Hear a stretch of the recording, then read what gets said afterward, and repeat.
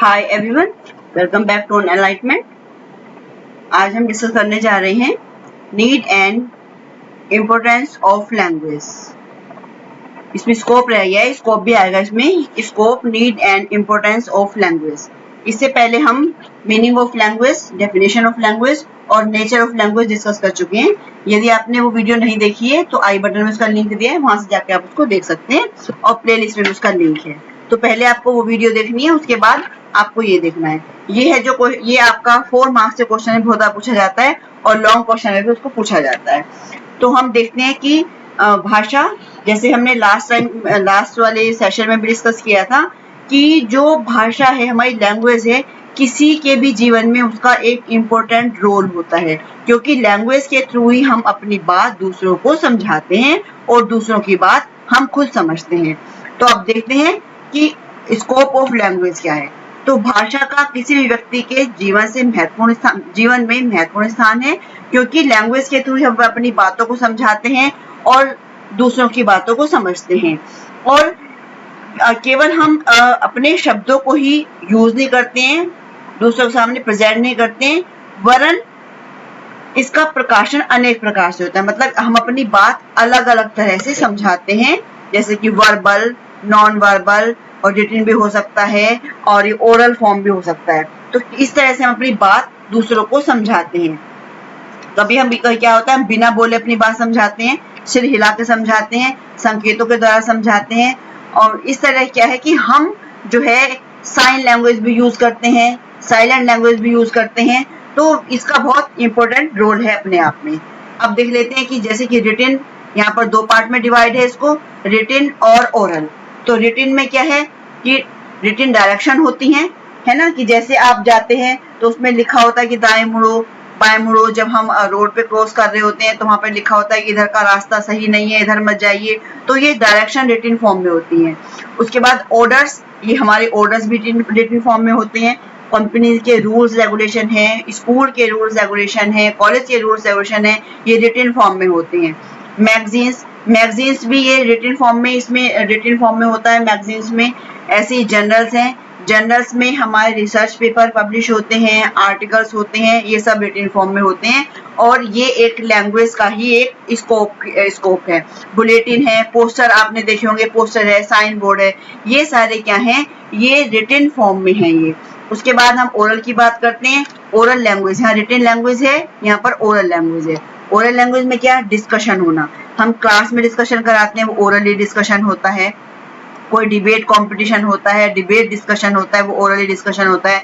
ऐसे ही panel discussion होता है, सेमिनार होती है हमारी, हम वहां पर भी अपने जो आइडियाज हैं उन आइडियाज को दूसरों के सामने प्रेजेंट करते हैं। टेलीफोनिक डिस्कशन भी आपने सुना होगा, टेलीफोनिक डिस्कशन होता है। इस तरह से जो है आप जो टीवी पर भी डिस्कशन आप देखते हैं, न्यूज में डिस्कशन होता है। तो ये सब क्या है, ये इसका स्कोप है। तो जो लैंग्वेज का स्कोप है वो अपने आप में बहुत ब्रॉड है। इसे हम इसको लिमिटेड नहीं कर सकते, किसी सीमा में नहीं बांध सकते। जो एजुकेशन है, जिस तरह से आज एजुकेशन के नए नए अप्रोचेस जुड़ रही हैं, उसी तरह से ही लैंग्वेज का स्कोप भी बहुत ज्यादा बढ़ता जा रहा है। अब बात करते हैं भाषा की आवश्यकता और महत्व, need and importance of language, कि इसकी क्या आवश्यकता क्या है। भाई सबसे बड़ी आवश्यकता तो यही है कि हम अपनी बात बिना भाषा के दूसरों को समझा नहीं सकते। सोशल कनेक्शन के लिए हमें लैंग्वेज की आवश्यकता होती है, और अपनी सोसाइटी में मेंबर से बातचीत करने के लिए हमें लैंग्वेज की नीड होती है। साथ साथ में जो हम किसी को ड्यूटी असाइन करते हैं तो उसके लिए भी लैंग्वेज की नीड होती है। इस तरह से language essential for developing literature, useful for society, literature को डेवलप करने के लिए भी लैंग्वेज की नीड होती है। और इस तरह से हमें सोसाइटी में हम यदि अपने रिलेशन मेंटेन करना चाहते हैं तब भी हमें जो है लैंग्वेज की नीड होती है। तो लैंग्वेज क्या है कि यदि हम अपनी कल्चर की बात करते हैं, हमें अपना कल्चर का प्रिजर्वेशन करना है, सोसाइटी में अपने आप को वेल स्टेबल करना है, सोसाइटी से कनेक्शन करना है, कनेक्शन रखना है, तो अपने आइडियाज, ओपिनियन या इंफॉर्मेशन, अपनी फीलिंग को किसी दूसरे से शेयर करना है, एक्सचेंज करना है, उसके लिए हमें लैंग्वेज की नीड होती है। तो लैंग्वेज का हमारे जीवन में बहुत इंपॉर्टेंट रोल है। और जैसे कि भारत में कई तरह की भाषाएं बोली जाती हैं, जैसे हिंदी, मराठी, तमिल, कन्नड़, गुजराती। इन सब के भाषा के बिना हम किसी के साथ बातचीत नहीं कर सकते, हम अपने आइडिया शेयर नहीं कर सकते, दूसरों की बात को नहीं समझ सकते, और भाषा के बिना हम कोई भी हमारा टीचिंग लर्निंग प्रोसेस नहीं हो सकता। यदि हम कुछ सीखना चाहते हैं, कुछ लर्न करना चाहते हैं, तो उसके लिए भी हमें लैंग्वेज की नीड होती है। अब देखते हैं इसका क्या इम्पोर्टेंट रोल है। सबसे पहले तो है पर्सनैलिटी डेवलपमेंट, व्यक्तित्व का विकास। अब ये किससे होता है? ये हमारी लैंग्वेज के थ्रू होता है, हमारी मदर टंग के थ्रू होता है। तो जो ह्यूमन बीइंग है वो अपने मनोभावों को, अपने कुछ भी उसके अंदर कुछ कॉन्फ्लिक्ट चल रहा है उसको क्लैरिटी से बिल्कुल तभी वो समझा पाएगा जबकि उसको नॉलेज होगी, वो अपनी बात कर पाएगा। भाषा के थ्रू हम ये सब कर सकते हैं और इसमें मदर टंग का बहुत इंपॉर्टेंट रोल होता है। अब हम यहाँ कर रहे हैं इंडिविजुअल डेवलपमेंट की, पर्सनैलिटी डेवलपमेंट की बात हो रही है।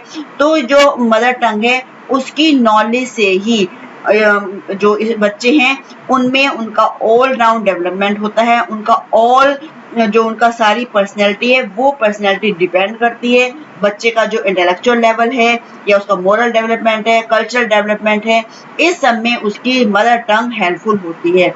मदर टंग से ही जो बच्चा है उसका माइंड की बात करते हैं, हार्ट की बात करते हैं, तो ये बिल्कुल फ्री होके काम करता है। यदि हम एजुकेशन में जो अदर लैंग्वेज में हम यदि हम देते हैं, मान लीजिए प्राइमरी लेवल पर हम बच्चे को जो है उसकी मदर टंग में ना पढ़ाकर उसको अदर लैंग्वेज में पढ़ाएंगे तो उसका क्या होगा, शायद उसको कुछ फ्रस्ट्रेशन होगा या तनाव होगा। यदि हम उसकी अपनी लैंग्वेज में उसको पढ़ाते हैं तो उसका व्यक्तित्व का विकास होता है। तो यहाँ पर भी कहने का मतलब यह है कि सबसे पहले बच्चे को अपनी मदर टंग का नॉलेज होती है, उसके थ्रू ही हमें उसको नॉलेज आगे देनी चाहिए। उसके बाद है मेंटल ग्रोथ। तो मेंटल ग्रोथ के लिए भाई सबसे जरूरी है कि जो है थॉट पावर होनी चाहिए, थॉट पावर की नीड होती है। तो थॉट पावर कैसे पॉसिबल होगी? यदि हमारे लैंग्वेज की हमें नॉलेज है, लैंग्वेज से ही हम ये जो थॉट्स हैं, इस लैंग्वेज जो लैंग्वेज है वो ही थॉट्स को जन्म देती है।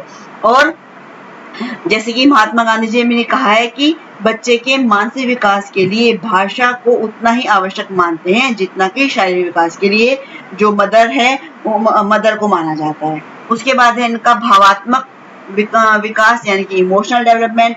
तो बचपन से ही बच्चे में सुनने की क्षमता और परसीव करने की, इमिटेशन की जो प्रोसेस होता है वो इस सब प्रोसेस होता है। तो इस प्रोसेस से वो यदि मदर टंग से सीखता है तो जल्दी ही सहजता से आत्मसात कर लेता है। तो यहाँ पर यदि उसके हम सहानुभूति की बात करते हैं, उत्साह की बात करते हैं, क्रोध की बात करते हैं, मनोभावों की बात करते हैं, इन सभी मनोभावों को हम भाषा के माध्यम से ही प्रकट करते हैं। उसके बाद है सामाजिक और सांस्कृतिक विकास, सोशल एंड कल्चरल डेवलपमेंट।